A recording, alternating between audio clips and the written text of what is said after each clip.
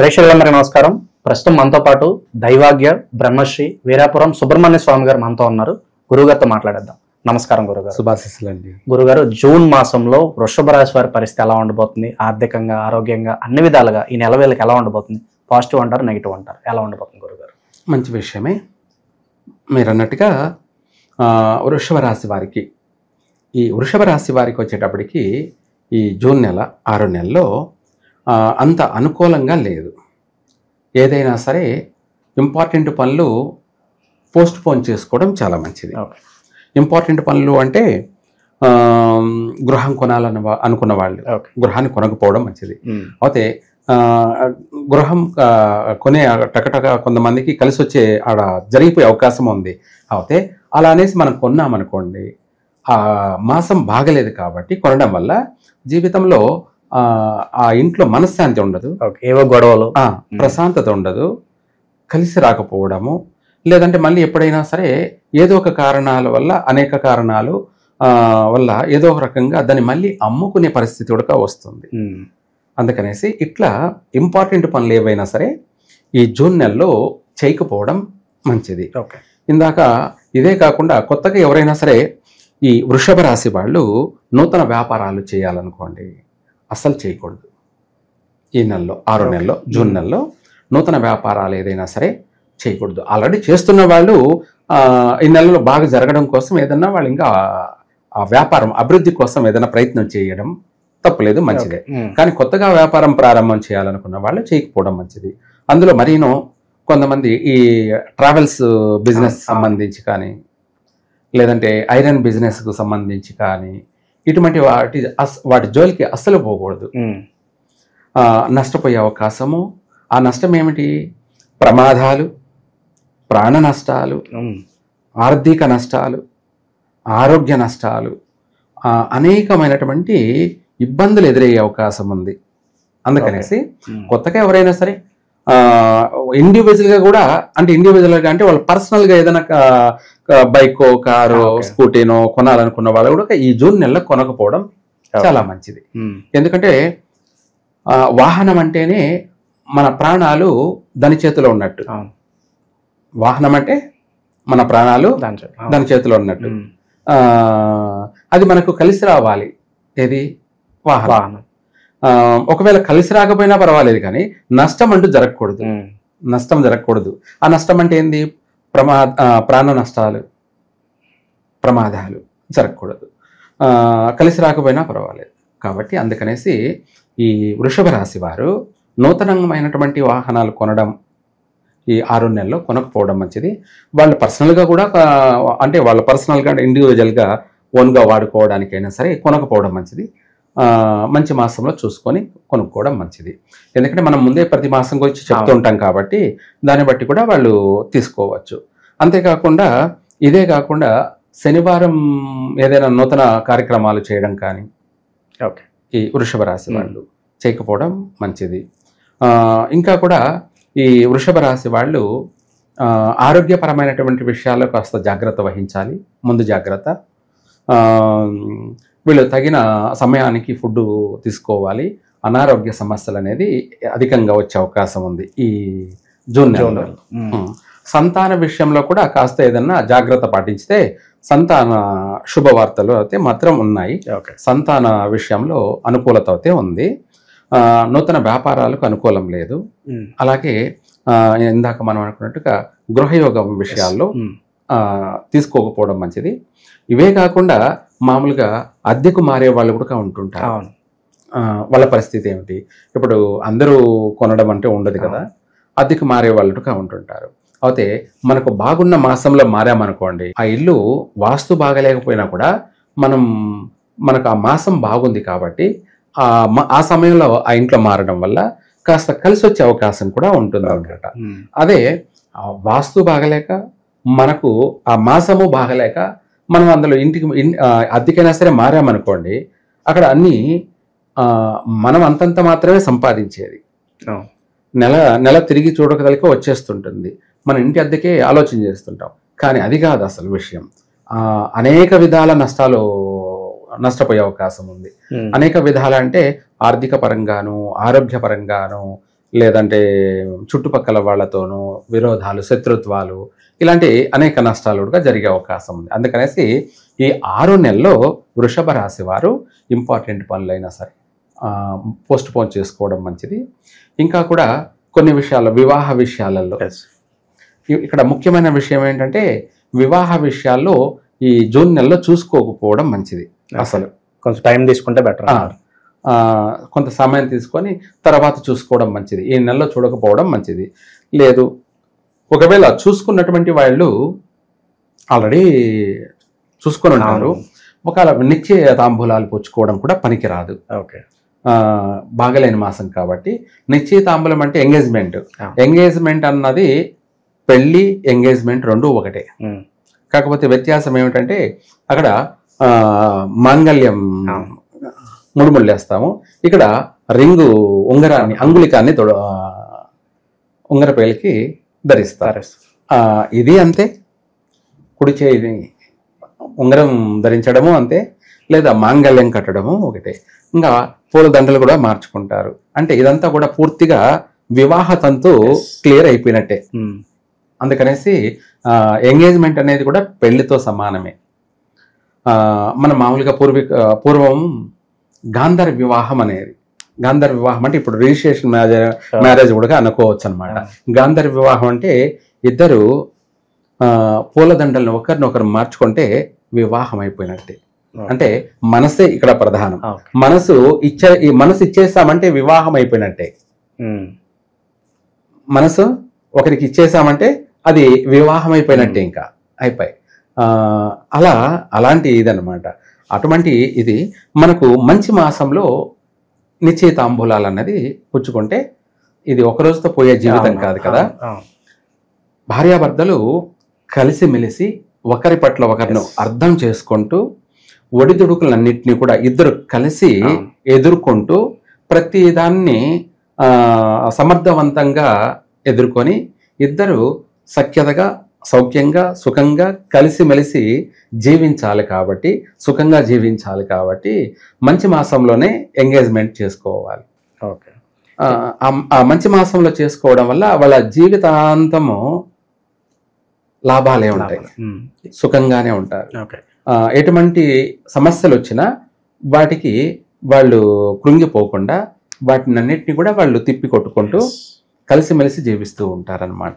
ఇక నిరుద్యోగుల పరిస్థితి ఏంటి గురువు గారు? ఉద్యోగుల విషయం కానీ, లేదంటే ఏదైనా వ్యాపారాలు చేసుకునే వాళ్ళు కానీ, ఇటువంటి వాళ్ళకి ఈ జూన్ నెల వచ్చేసి అంత అనుకూలమో తెలియదు. అయితే అనుకూలం లేదని భయపడాల్సిన అవసరం లేదు. అందులో కూడా వీళ్ళు అభివృద్ధి చెందడానికి వీళ్ళ ప్రయత్నం వీళ్ళు చెయ్యాలి. అయితే వీళ్ళు ఏంటంటే పొద్దున్నే సూర్యోదయానికి ముందే ఈ వృషభ రాశి వారు ఒక పిరికుడు కల్లుప్పు, పిరికుడు రాళ్ళుప్పు అంటారు, లేదంటే దొడ్డుప్పు అంటారు ఈ ప్రాంతాల వారిగా లాంగ్వేజ్. ఒక పిరికుడు ఉప్పు తీసుకొని అందులో ఒక 5 గింజలు మిరియాలు వేసి పిరికుడుతో ఆ ఉప్పుని తల మీద నుంచి 3 సార్లు చుట్టి, 2 సార్లు రివర్స్ చుట్టి, రైట్ క్లాక్ 3 సార్లు, యాంటీ క్లాక్ 2 సార్లు చుట్టి దాన్ని నీళ్ళల్లో అదే మనం సింకులో అయినా వేసి వాటర్ పట్టేసుకోవడం.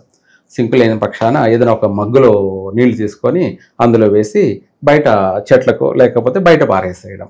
అలా చేస్తే కాగల కార్యం గంధర్వులే నెరవేరుస్తారు అన్నట్టుగా, అంటే ఓ పాజిటివ్ అనేది ఏర్పడుతుంది అనమాట. ఈ గ్రహ అనుకూలత ఏర్పడుతుంది ఇలా చేయడం వల్ల. రెండోది నర దృష్టి యొక్క ప్రభావం వైదొలిగిపోతుంది. ప్రకృతి సహకారం అంటే మనకెవరైనా సరే పెళ్లికి భిక్షం పెట్టిన వాడు కూడా మనం చూడగానే పిలిచి పని ఇవ్వడం, లేదంటే ఉద్యోగం ప్రయత్నిస్తే ఉద్యోగం ఇవ్వడం కానీ, మనం లేదు మనం ఎవరన్నా పోయేసి ఆర్థికంగా సహాయం అంటే అప్పుగానైనా మనం అడగగానే లేదనకుండా ఎదుటివాడు ఇవ్వడం, ఇలాంటివన్నీ కలిసి వచ్చే అంశాలు అన్నమాట. అలా చేయడం వల్ల రోజు చేసుకోవచ్చు, లేదంటే శనివారము, మంగళవారం, లేదా ఆదివారం, మంగళవారం, శనివారం 3 వారాలు చేసినా వీళ్ళకు నష్టం జరగాల్సిన దానికి బదులు లాభమే కలుగుతుంది. ఓకే. లాభమే కలుగుతాం. అంటే ఎగ్జాంపుల్ చెప్తా. నేనే ఉన్నా అంటే సపోజ్ గ్రహ అనుకూలత లేదు, నేను మిమ్మల్ని వచ్చి ఆర్థికంగా సహాయం అడిగాను. అప్పుడు నువ్వు ఆలోచన చేస్తావు ఏమని, ఇద్దామా ఇవాళ వద్దా అని ఆలోచన చేస్తావు. అది నెగిటివ్ ఉంది కాబట్టి ఆలోచించడం. ఓకే. అదే పాజిటివ్ అంటే అడగగానే స్వామి అడిగాడు అని చెప్పేసి ఆలోచన కూడా చేయవు. ఎంత కావాలి స్వామి, ఎప్పుడు కావాలి అని చెప్పేసి అడిగేస్తావు. లేదంటే ఉంటే ఇప్పుడే తీసుకెళ్ళు అని చెప్పి కూడా ఇచ్చేస్తావు. అది పాజిటివ్. నెగిటివ్ అంటే ఆలోచన చేస్తావు. ఆలోచన చేసి ఆలోచనలో ఇంకా కూడా ఇంట్లో వాళ్ళ సలహా తీసుకుంటాను. అప్పుడు ఏమైందంటే ఇంట్లో వాళ్ళు కూడా నెగిటివ్ అంటే చెప్పినప్పుడు ఇక్కడ స్వామి లేదు స్వామి అని అంటావు, అయిపోయి నెగిటివ్. అంటే ఇలా దాన్ని కూడా పాజిటివ్గా మార్చుకోవడానికి నేను కూడా దైవ దర్శనం చేసుకోవడము, లేదంటే ఇందాక నేను చెప్పిన ఈ పరిహారం చేసుకోవడం వల్ల ఏమవుతుందంటే నాలో తెలియనటువంటి గ్లో పాజిటివ్ పడుతుంది. నేను అడగగానే నువ్వు లేదనకుండా సహాయం చేస్తావు. అంటే ఒక ధన సహాయం అని కాదు, ఏదైనా సరే. సపోజ్ పెళ్లి చూపులకే ఉన్నాం లేదా వెళ్తున్నాం, మనలో అమ్మాయి చూడగానే మనల్ని ఇష్టపడాలి. చూసి చూడగానే నేను ఈ అబ్బాయినే చేసుకుంటాను ఆలోచించి చెప్తానంటే దేవుడు ఆలోచిస్తామన్నామంటే అయిపోయి ఇంకా అనుమానం వచ్చింది. ఆ నెగిటివ్ ఉంది కాబట్టి ఆలోచించి చూసి చెప్తాంలే, అయిపోయి. తర్వాత మళ్ళా మనం వచ్చి రిటర్న్ ఎన్ని కాల్ చేసినా రెస్పాన్స్ ఉండదు. అది అనమాట. అటువంటి నెగిటివ్ అనేది ఇలా. దాన్ని పాజిటివ్గా మార్చుకోవడం ఇందాక మనం చెప్పిన ప్రతిరోజు కూడా రెమెడీ చేయడం వల్ల అవతల చూడగానే అమ్మాయి నేను ఆ అబ్బాయినే చేసుకుంటాను అనే ఒక సలహా. ఇవన్నీ కూడా మనకు పాజిటివ్ శుభప్రదమైనటువంటి మెసేజ్లు. ఉద్యోగ విషయాల్లోనే కాకుండా ప్రతి విషయంలో కూడా మనం ఉద్యోగమే అనుకుంటున్నాం. ఉద్యోగం అనేది మన జీవన ఉపాధికి ఇంపార్టెంట్ అయిన విషయం కాబట్టి అది అంటే ప్రతి ఒక్కరు ఏ పని మీద ప్రయత్నం చేస్తున్నారో వాళ్ళందరూ కూడా సక్సెస్ కావడం కోసం ఈ పరిహారం చేసుకున్నట్టయితే, అంటే ఇది ఇంట్లోనే పరిహారం చేసుకోవచ్చు. ఇప్పుడు దేవుడి దగ్గరికి ఒకవేళ టైం దొరకపోయినా, గుడికి వెళ్ళే సమయం దొరకపోయినా, కొంతమందికి దగ్గరలోనే అందుబాటులోనే ఉంటుంది, వెళ్తారు.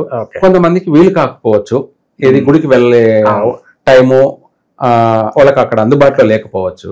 అలాంటి వాళ్ళు కూడా ఇంట్లోనే పరిహారం చేసుకొని వెళ్ళడం వల్ల వాళ్ళకు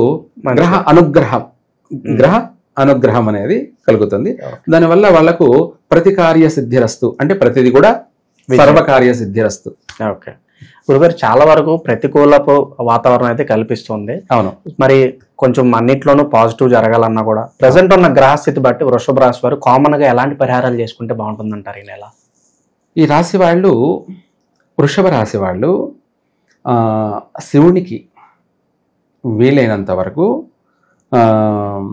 బెల్ల పొంగలి, బెల్లం అంటే బెల్లము, అన్నము, కుంకుమ పువ్వు వేసి బెల్లంలో కుంకుమ పువ్వు అలాగే అన్నం, రైస్ 3 కలిపి వాళ్ళు నెయ్యి వేసి బెల్ల పొంగలి చేసి దాన్ని తీసుకువెళ్ళి శివుడికి మంగళవారం రోజైనా సరే లేదంటే శనివారం రోజైనా సరే అభిషేకం జరిపించాలి. ఈ బెల్ల పొంగలితోటి, ఆ బెల్ల పొంగలితోటి అభిషేకం జరిపించారనుకోండి, ఎంత పెద్ద సమస్య అయినా సరే,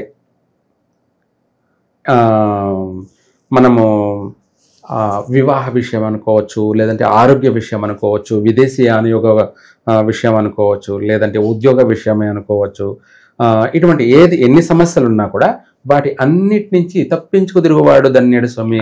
అంటే ఈ బెల్ల పొంగలితో అభిషేకం చేయడం వల్ల ఎంతటి కార్యమైనా సరే మనల్ని వరిస్తుంది, విజయాన్ని మనం వరిస్తాము, తిరుగులేదు అందులో. ఈ మంగళవారం శనివారం 2 రోజులైనా చేయొచ్చు, లేదంటే మంగళవారమో శనివారమో వాళ్ళకు వీలు చూసుకొని ఈ రెండిట్లో ఏ వారం చేసినా కూడా సర్వ సకల కార్య సిద్ధిరస్తు జరిగే తీరుతుంది. అది మనం చెప్పడం కన్నా ఇది చెప్పింది ఆచరిస్తే వాళ్ళు చెప్పాలి, ఎవరు చేసి అనుభవించినటువంటి భక్తులు చెప్పాలి మనకు. ఓకే. సో ఖచ్చితంగా వాళ్ళకి రిజల్ట్ ఎలా అవుతుంది అనేది కామెంట్ వాళ్ళు రూపంలో చెప్పాలి. పెట్టినా కూడా మనకు తెలుస్తుంది. అవును, కామెంట్ రూపంలోనే వాళ్ళు చెప్పాలి. అవును. మనం చెప్పడం ఏంటంటే అందరూ చాలా మంది చెప్తూ ఉంటారులే అనుకునే వాళ్ళు కూడా ఉంటారు. అవును. మనం ఎన్ని చెప్పినా వాళ్ళ బాగు కోసమే. వాళ్ళందరూ బాగుంటేనే మనం బాగుంటాం. సర్వే జన సుఖినో భవంతు. ఎప్పుడు మనము అనుక్షణము ఇక్కడ కులము మతము అంటూ ఏమీ లేదు. అందరూ కూడా సుఖంగా ఉండాలి, సౌఖ్యంగా ఉండాలి, అందరూ కూడా అభివృద్ధిలోనే ఉండాలి, అన్ని రంగాలలో కూడా వాళ్ళు రాణించాలి అని చెప్పి మనం కోరుకుంటాం. ఎందుకంటే వాళ్ళందరూ బాగుంటే ఆటోమేటిక్గా 100% నేను బాగుంటాను కాబట్టి. ఓకే. ఓవరాల్ గా జూన్ మాసంలో వృషభ రాశి వాళ్ళందరూ కూడా ఎలా ఉంటుంది, ఎటువంటి పరిహారాలు చేసుకోవాలి, చాలా బాగా వివరించారు గురుగారు. ధన్యవాదాలు గురుగారు. సర్వే జన సుఖినో భవంతు.